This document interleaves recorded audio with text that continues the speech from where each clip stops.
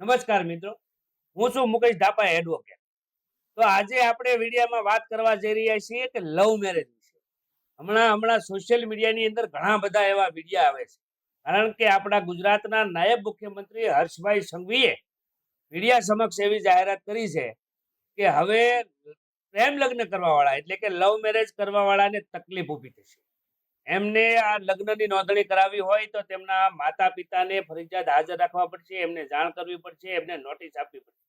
અને જે વિસ્તારના તલાટી મંત્રી અથવા નગરપાલિકા પાસે જે આ સત્તા લગ્ન નોંધણીની હતી એ છીનવી લેવામાં આવશે અને એના ઉપલી અધિકારી આની દેખરેખ નીચે નોટિસથી આ કાર્યવાહી કરવામાં આવશે. તો આની સત્યતા કેટલી છે અને કાયદો આ વિશે શું કહે છે એની વિશે આજે મને પણ થોડી વાત કરવાનું મન છે. તો મેં આ વિડીયો પ્રેમ લગ્ન કઈ રીતે થાય અને કેવી રીતે હવે આ કાયદામાં સુધારો થશે કે નહીં થાય એની વિશે આ વિડીયોમાં આપણે જાણીને વાત કરીએ. તો મિત્રો, આપણા ભારતના સંવિધાનની અંદર એવું લખ્યું છે કે કોઈ પણ પુખ્ત વયનો વ્યક્તિ એટલે કે જે 18 વર્ષથી ઉપરની વ્યક્તિ છે એ પોતાની મરજી મુજબ જ્યાં રહેવું હોય ત્યાં રહેવા માટે હકદાર છે. એમને કોઈ પ્રકારની કોઈ દબાણ, લાલચ, ધમકી કે પ્રેશરમાં લાવીને એને કોઈ પણ જગ્યાએ એની મરજી વિરુદ્ધ કોઈ જગ્યાએ એમના લગ્ન કરી શકાય નહીં. એટલે આજે નાયબ મુખ્યમંત્રી શ્રીએ જે વાત કરી છે એ કાયદાની અંદર માતા પિતાને ફરજિયાત જાણ કરવી એવી જે વાત છે ને એ આપણા સંવિધાન મુજબ શક્ય લાગતી નથી. હા, એમને જાણ કરવા માટે એમને નોટિસ ઇસ્યુ કરવાની અથવા તો જે તલાટી મંત્રી એમની નોંધણી કરી દેતા હતા અથવા નગરપાલિકા એમ કરતા હતા, એમની કોઈ સુધારા વધારા કરીને રજિસ્ટ્રાર સમક્ષ અથવા તો ટીડીઓ સમક્ષ અથવા તો મામલતદાર સમક્ષ એવા કોઈ ક્લાસ 2 અધિકારી સમક્ષની આની નોંધણી કરવાનો કદાચ કાયદો લાવી શકાય છે વિધાનસભાની અંદર આ પરિપત્ર કરીને અથવા તો કાયદો બનાવીને.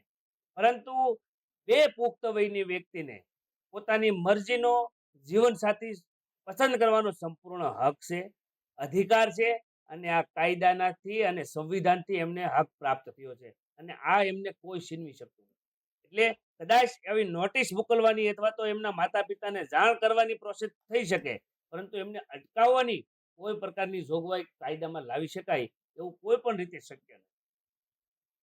આજથી ઘણા વર્ષો પહેલા એટલે કે આજથી 30 વર્ષ પહેલા, બહુ જાજુ નહીં, ત્યારે જ્યારે જે રીતે જે પદ્ધતિથી મેરેજ થતા હતા, લગ્ન થતા હતા, ત્યારે આવી કોઈ ટેકનોલોજી ન હતી. માતા પિતા જ્યાં લગ્ન નક્કી કરે ત્યાં લગ્ન થઈ જાય અને ખૂબ સારી રીતે ચાલતા હતા. પણ 2-5 વર્ષ સુધી એમની સગાઈ રહેતી હોય અને એમનું જે સગાઈ નક્કી થયું હોય ને તો માત્ર ને માત્ર એમનો ફોટો આવે. પહેલાના સમયમાં તો ફોટો બ્લેક એન્ડ વ્હાઈટ આવે. તેમ છતાં એમને જોયા ન હોય તેમ છતાં એમનું લગ્ન જીવન ખૂબ સુખીથી ચાલે છે. એમને બાળકો પણ એક પરિવારની અંદર સંયુક્ત રીતે રહેતા હતા. પરંતુ આજે જમાનો, આજે એટલા બધા છૂટાછેડાના કેસો આવે છે, એટલા બધા બે પતિ પત્નીને એટલા બધા એક ઘરની અંદર એક છત નીચે રહેવા છતાં એટલા બધા મનની અંદર વિખવાદો, મનભેદ હોતા હોય છે. એટલે આજનો જે જમાનો છે ને એ ખૂબ મુશ્કેલ છે. અમે વકીલ છીએ, અમારી પાસે એવા એટલા બધા પ્રશ્નો આવે છે, એટલા બધા લોકો એવા આવે છે કે જે એમના લગ્ન થઈ ગયા છે, એમને સંતાનો પણ છે, પરંતુ એમની સાથે એને ફાવતું નથી અને એમને અન્ય સાથે રિલેશન એટલે કે અફેર એટલે કે લગ્નતર સંબંધો હોય છે. એટલા બધા આવા કેસો છે, એટલા બધા કેસો છે. એટલે કે લિવ ઇન રિલેશનશિપ થી કરારથી રહેતા હોય ને એવા અસંખ્ય લોકો છે. આવા કરાર ન કર્યા હોય અને આવી જ રીતે બારોબાર ચાલતું હોય એવા તો આપણે ગણી ન શકીએ એટલા બધા લોકો છે. પરંતુ આ લગ્ન એટલે કે આ પ્રેમ લગ્નની જ્યારે આપણે આ વાત કરીએ છીએ કે લવ મેરેજ નું વાત હોય, તો લવ મેરેજ ની અંદર સૌથી મોટી વાત તો એ છે કે તમને તમારા માતા પિતા તમને ભણાવી ગણાવીને મોટા કરે, તમને કોલેજ સુધી ભણાવે અથવા તો કોઈ ધંધાની અંદર સેટ થાય. એક દીકરીને એના બાપ જે હોય ને એની દીકરી છે ને એનું સન્માન હોય, એમની ઉપર એને ગૌરવ હોય અને એક દીકરીનો બાપ ત્યારે જ નીચું જોવું પડે છે, ત્યારે જ એની મૂંચનો વળ જે છે ને એ નીચો થાય છે જ્યારે દીકરી કોઈ પગલું ભરે. એટલે કોઈ દીકરી જ્યારે આવું પગલું ભરે ને, હંમેશા મા બાપ તો પોતાના સંતાનો માટે બેસ્ટ અને સારું હોય ને એ જ શોધતા હોય. એમને કોઈને એવું ન હોય કે મારી દીકરી અથવા તો મારો દીકરો આડા રસ્તે જાય. અને સૌથી મોટી વાત એ છે કે સમાજની અંદર જે દીકરી ભાગી હોય ને એમની જ વાત થાય કે ફલાણા ભાઈની દીકરી ભાગી ગઈ. કોઈ એવું કહેતું નથી એના ગામમાં, પાડોશીમાં, પરિવારમાં કે સગામાં કે ઓલા ભાઈનો છોકરો ભાગી ગયો. હંમેશા દીકરીના બાપ ઉપર જ આંગળી સીધવામાં આવે. એટલે એક દીકરી જ્યારે આવું પગલું ભરે ને ત્યારે ખૂબ મુશ્કેલી પડે. આવા કાયદા તો આવે ને જાય, પરંતુ હું એવું કહું છું કે તમારે જો લવ મેરેજ કરવા હોય તો તમારી યોગ્ય પસંદગીનો અને યોગ્ય હશે તો તમારા માતા પિતા તમને ના જ નહીં પાડે. એટલે કે લવ વિથ એરેન્જ મેરેજ તમે કરી શકો અને આ પ્રયત્ન જ તમારો હોવો જોઈએ. જો તમારે લાયક નહીં હોય ને ત્યારે જ તમારા માતા પિતા તમને ના પાડશે કે આ તારા માટે યોગ્ય નથી. જ્યારે યુવાની આવે, આપણા શરીરના હોર્મોન્સ ચેન્જ થતા હોય ત્યારે આપણને માત્ર એક જ વ્યક્તિ દેખાતી હોય. આપણા લાઈફ માટે, આપણા જીવન માટે, આપણી કારકિર્દી માટે આપણા માતા પિતાએ કેટલો સંઘર્ષ કર્યો હોય છે એમનું આપણે જરા પણ વિચારતા નથી. તમને માત્ર એક જ વ્યક્તિ દેખાય અને એમની સાથે ભાગી જવાનું.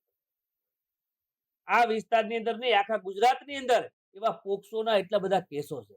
પોક્સોના કેસો એટલે તેનો મતલબ એવો થાય કે 18 વર્ષથી પણ નાની છે અને એ લગ્ન કરી શકે તેમ નથી અને ભાગી જાય છે અને એની સાથે ફિઝિકલ રિલેશન બાંધતા હોય અને આવા કેસની અંદર એમની ઉપર બળાત્કારની કલમો પણ લાગતી હોય છે.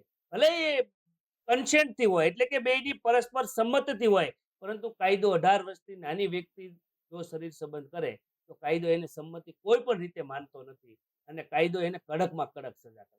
આપણે પોક્સોના કાયદા વિશે પણ એક અલગથી વિડીયો બનાવવાના છીએ. એ તમને હું નેક્સ્ટ વિડીયોમાં પછી મોકલવાનો છું. પરંતુ આ જે લવ મેરેજના કાયદા છે ને એ તો સાઈડની વાત છે. કાયદાની અંદર ફેરફારો તો આવ્યા કરે, પરંતુ લવ કોને કહેવાય, પ્રેમ કોને કહેવાય, પ્રેમની જે ઇજ્જત આપણે કેવું કરી દીધું છે કે મેં એવા અસંખ્ય લોકો જોયા છે કે જેને પ્રેમ લગ્ન કર્યા હોય, ભાગી ગયા હોય, બે પરિવારથી અલગ રહેતા હોય અને એવા સુખી હોય ને એવા આંગળીની વેઢે આપણે ગણી શકીએ ને એટલા જ લોકો છે. કારણ કે બધાને છોડીને જાય છે અને આવું જ્યારે થાય છે ને ત્યારે સમાજની અંદર, એના પરિવારની અંદર, એના માતા પિતાએ ખૂબ એને સહન કરવાનું આવે. ઘણા બધાની અંદર તો એવા પણ જ હોય છે કે ઘણા બધા ઝઘડાઓ થતા હોય, ભાગી જાય ને તો એ દીકરીવાળાના ભાઈઓ ને એના કાકા કે એમના મામા કે એ બધા જે છોકરો હોય ને એમને અથવા તો એમના કાકા, એના ભાઈને ને એના પરિવારને હેરાન કરતા હોય ને એની સાથે ઝઘડાઓ થતા હોય ને એટલે કે આ ઝઘડાના ઘણા બધા પ્રશ્નો ઊભા થાય ને એ અહીંથી થાય. એટલે સૌથી પહેલા તો મારે એ જ ખાલી યુવાનોને અને મિત્રોને કહેવું છે કે તમારે કોઈની પસંદગીના પાત્ર સાથે તમારે મેરેજ કરવા હોય ને તો એને યોગ્ય બનો પહેલા. એમની સાથે એવા યોગ્ય બનો, એવા કાબિલ બનો, એવું તમારી કારકિર્દી બનાવો ને કે એમના પિતા પાસે જઈને તમે હાથ માગો અને ના ન પાડી શકે. હવે પ્રશ્ન ઈથી સૌથી મોટો પ્રશ્ન ક્યારે ઉભો થાય કે જ્યારે જ્ઞાતિવાદ નડતો, કે આપણા સમાજની જે વ્યવસ્થા છે એ વ્યવસ્થા પ્રમાણે આપણે અન્ય જ્ઞાતિની અંદર આપણે લગ્નના સંબંધો રાખતા નથી. એટલે આવા જ્યારે હોય ત્યારે એમને તો ભાગીને લવ મેરેજ કરવા સિવાય એની પાસે બીજો રસ્તો નથી હોતો, એટલે આવા પગલાઓ લેતા હોય છે.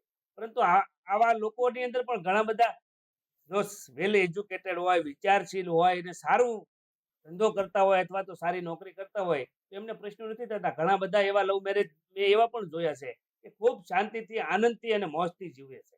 પરંતુ આની ટકાવારી છે ને બહુ ઓછી. પરંતુ જે બેકવર્ડ ક્લાસથી, એટલે કે મજૂરી કરતા હોય અને એમને લવ મેરેજ કરવા માટે પણ 15,000 20,000 કંઈક રહેવા માટે કે વકીલની ફી આપવા માટે મિત્રો પાસેથી ઉછીના લેવા પડતા હોય અને આવી હાલત હોય અને એ લોકો જ્યારે લવ મેરેજ કરે છે ને ત્યારે એનું ઘર ભાંગે છે. કારણ કે એમની પાસે કોઈ પ્રકારનું આયોજન નથી. ખાલી ડાયરેક્ટ ભાગી જવાનું આયોજન કરેલું હોય. એકાદો ભાઈબંધ એને ગાડી લઈને કંઈક મૂકી આવે. આટલી વ્યવસ્થા માત્રથી જો આપણે લવ મેરેજ કરતા હોય તો ના કરતા. પહેલા તો સૌથી પહેલા તમે કાબિલ બનો. લવ વિથ એરેન્જ મેરેજ હોય ને તો જિંદગી જીવવાની મજા આવે. અને એવું નથી કે લવ વિથ એરેન્જ મેરેજ હોય. એરેન્જ હોય એમની સાથે પણ લવ થવો જોઈએ. તો પણ ખૂબ મજા આવે. એટલે લવ મેરેજના કાયદા તો સાઈડની વાત છે, પરંતુ લવ મેરેજ ક્યારે કરવા જોઈએ, કેવા સંજોગોમાં કરવા જોઈએ, કઈ ઉંમરે કરવા જોઈએ, એ બધું જોવું જોઈએ. એટલે સમાજની અંદર આ જે અફેરની જે વાતો છે ને એને લીધે ખૂબ ઝઘડાઓ થાય અને આ કોર્ટની અંદર કેસો છે ને ખાલી આ એનું મુખ્ય કારણ તો કોર્ટની અંદર આવતું નથી. મારામારી થઈ હોય ને તો એને તો કંઈક બીજું કારણ આવે, મુખ્ય કારણ તો એની પાછળ કંઈક બીજું જ હોય. ઘણી જગ્યાએ એનું મેઇન કારણ આવતું નથી.